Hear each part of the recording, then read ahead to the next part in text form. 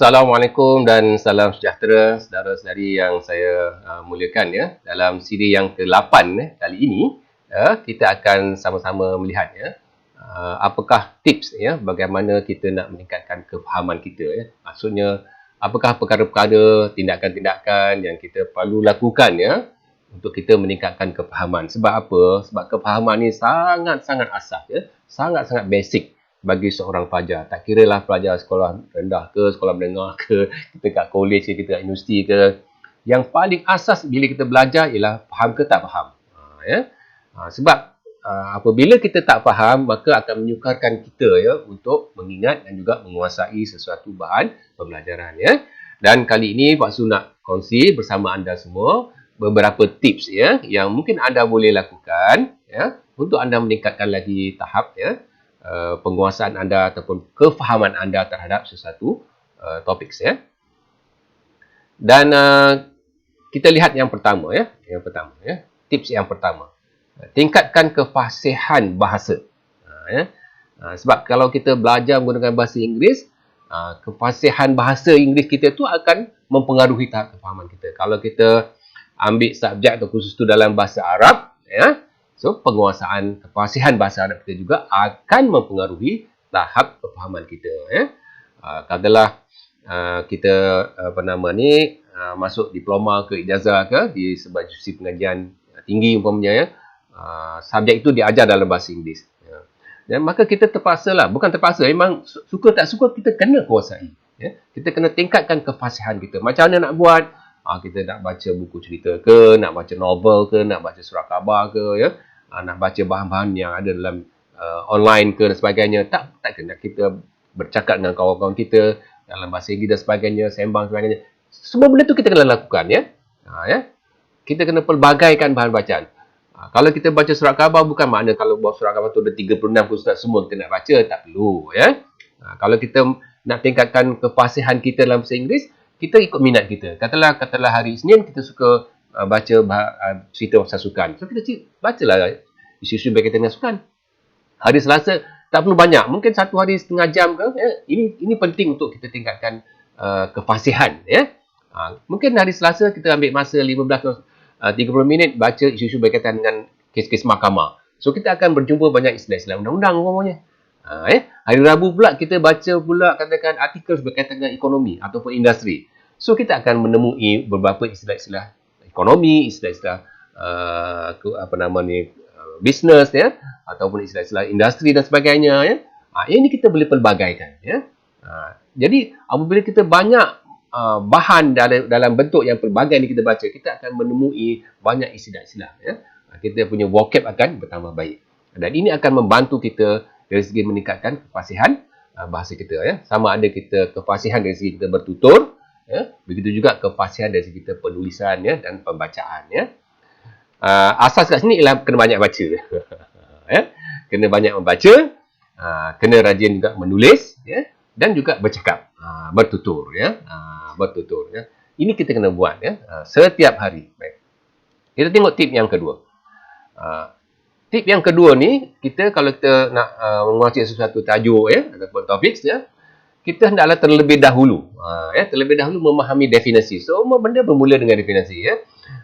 Semua bermula dengan definisi. Kalau kita belajar tentang ekonomi ke, akaun ke, subjek apa sajalah, dia mesti ada mulakan definisi. Definisi 1, definisi 2 sebagainya. So kita kena betul-betul faham ya.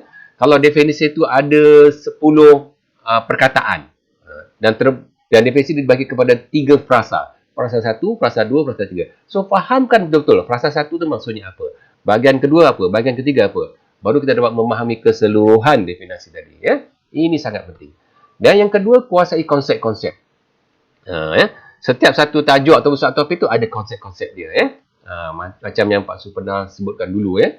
Kalau orang belajar sejarah, dia akan jumpa konsep federalisme. Kan? Apa maksud federalisme ya? Kalau orang belajar social science misalnya kan ya, dia ada jumpa konsep katakan sekularisme. So apa dia sekularisme? Kalau orang belajar sains, banyaklah konsep-konsep sains ya. Jadi ini perlu dikuasai dulu ya. Kalau kan katakan topik itu pula ada teori-teori tertentu, teori 1, teori 2, teori 3. Begitu jugalah kita kena kuasai teori-teori ni. Baik, kalau kita tak faham, kalau kita berada dalam kelas, tanya dengan cikgu, tanya dengan pensyarah, ya, angkat tangan dan tanya. Paling tidak pun kita tanya dengan kawan kita, ya, yang mungkin dia rajin baca, kan. Tanya dengan dia. Mat, kau faham tak ni, Mat? Apa maksud ni? So dia terangkan sikit bagi contoh, kan. Ya. Dan sudah pastilah yang kedua mesti kita beri perhatian, ya, 100% semasa kuliah, ya. Sekarang ni banyak kuliah-kuliah dijalankan secara online, ya. Sebab sama ada di sekolah, di college atau di universiti, ya. Cikgu-cikgu dan juga pensyarah-pensyarah menjalankan kuliah secara online. Dan semasa kuliah kita harus bersedia dari segi fizikal, dari segi mental, dari segi emosi, benar-benar bersedia dan berikan tumpuan 100%. Jangan 90%, ya. 100% tumpuan kita pada apa yang diajar. Ini akan membantu kita meningkatkan kefahaman, ya. Dan sudah tentulah, ya, bila kita balik ke rumah, ke asrama, ya, kita buat rujukan-rujukan tambahan, ya. Kadang-kadang pensyarah tak suruh, cikgu pun kata tak suruh, kan. Kita ambil inisiatif sendiri, ya. Kita buka buku-buku rujukan, jurnal ke, bahan-bahan yang kita boleh capai dari internet, ada video klip, ya, ada kamus, ada daftar istilah dan macam-macam lah, ya. Okey. So dia punya kata kunci kat sini ialah apa? Definisi, konsep, teori, formula. Terutama kalau subjek calculation. So dia ada formula dia, kan. Itu kuasai dahulu, ya. Baik, tip yang ketiga, beri perhatian kepada gambar rajah, graf, ya, ilustrasi visual bagi setiap topik. Ya, ini kalau kita perhatikan penulis-penulis yang hebat, ya, mereka ni akan mempelbagaikan persembahan mereka dalam penulisan, ya. Dia tak tulis dalam bentuk ayat aja, ya. Kadang-kadang dia beri gambar rajah, ada carta alih, ya, ada graf, ada macam-macam ilustrasi diberikan. So kita manfaatkan, ya, gunakan gambar rajah tu, tengok gambar rajah betul-betul dan kaitkan dengan definisi ke, dengan konsep ke, dengan teori tadi. Ni apa, kenapa macam ni? Kenapa macam ni? Kenapa gambar ni macam ni? Itu kena kaji. Jangan dia lepaskan gitu saja, ya. Tak mau, ya. Apa sebab kita perlu beri perhatian, ya? Sebab kita ni cara belajar ada gunakan audio, pendengaran, ya, ada gunakan visual, ya, dan ada juga gunakan sentuhan, ya.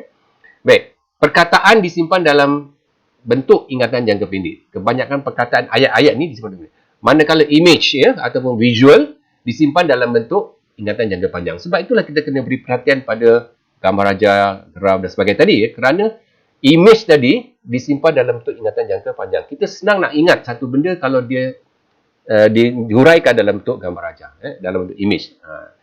Kemudian 90% maklumat dirakam oleh otak, ya, dalam bentuk visual. Memanglah betul, ya, memang itu cara otak kita merakam maklumat, ya. Dalam bentuk visual, ya. Sebab tu orang tak sekolah, orang tak pergi sekolah, orang tak pergi baca buku pun dia boleh hidup. Dulu-dulu kan mana ada orang pergi sekolah, kan. Buta huruf, dia masih boleh hidup. Dia masih boleh bertutur, bercakap dengan kita, dia boleh buat kerja. Apa sebab? Sebab maklumat disimpan dalam bentuk visual, bukan dalam bentuk perkataan. Inilah yang kita kena faham. Dan image ataupun visual diproses 60,000 kali lebih cepat daripada teks. Ataupun daripada perkataan dalam otak. Begitulah otak kita berfungsi. Sebab itu kita kena manfaatkan, ya. Baik, kata kunci kat sini apa? Gambar rajah, visual, otak, cepat. Okey. Tips yang keempat. Kalau kita nak tingkatkan kefahaman kita, satu, gunakan soalan dalam setiap bacaan. Dulu kan Pak Su pernah kongsi formula belajar SQRRR. Ingat tak? Janganlah lupa. Kalau lupa, patah balik Pak Su punya video lepas tu, ya. SQRRR. Ada Q, kan? Q tu question. Sebelum R, sebelum read ada Q dulu. Pastikan anda ada soalan peperiksaan terlebih dahulu sebelum anda membaca atau sebelum anda hadir kuliah.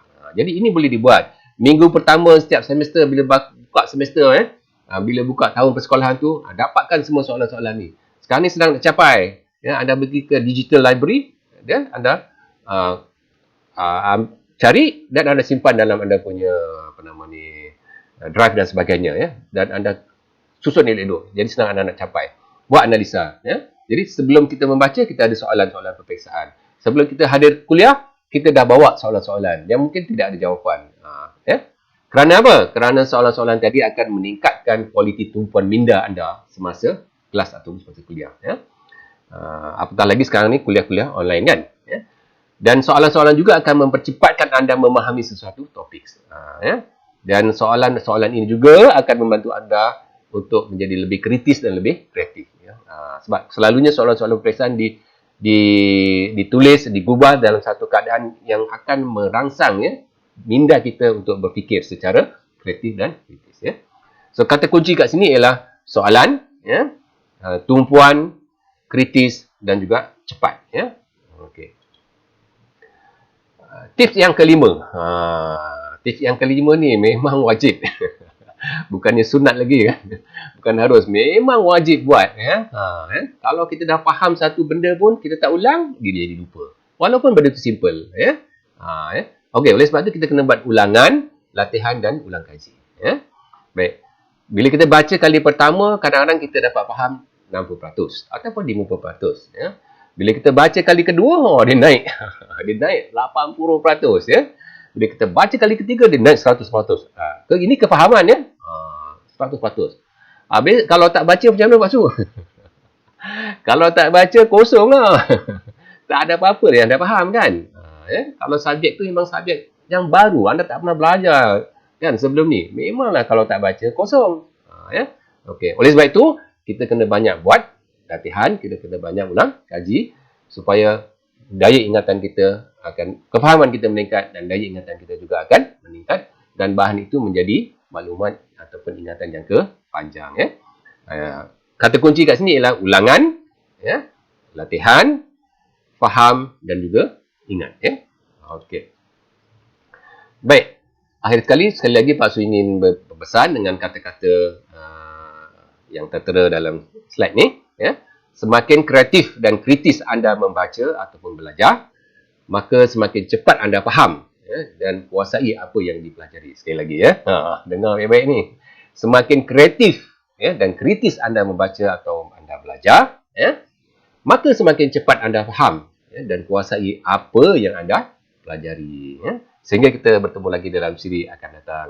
Salam motivasi.